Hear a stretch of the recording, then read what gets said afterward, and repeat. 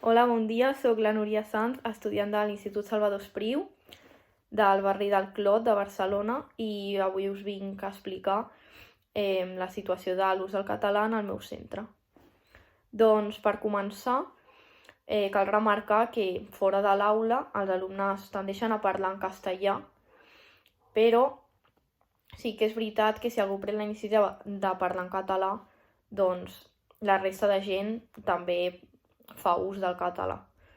Però, pel contrari, dintre de l'aula sí que és parlar en català, degut a que les classes es fan en català, llavors les relacions entre professor i alumnat també es fan en català.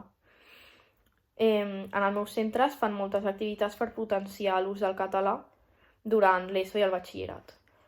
Durant aquests 6 cursos, cada any anem a un teatre a veure una obra i, per exemple, aquest any hem anat a veure l'obra de la plaça del Diamant, de l'obra a la qual entra la selectivitat, i també a l'assignatura de literatura catalana vam anar a fer una ruta literària a Vic sobre el llibre Laura, la ciutat dels sants, de Miquel Llor.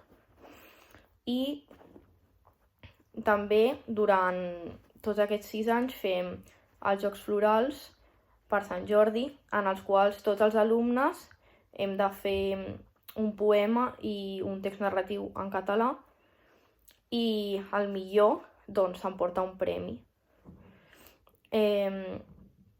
A la meva opinió, jo crec que s'hauria de potenciar més l'ús del català, perquè és una llengua que es troba molt en desús i nosaltres tenim el poder de canviar-ho.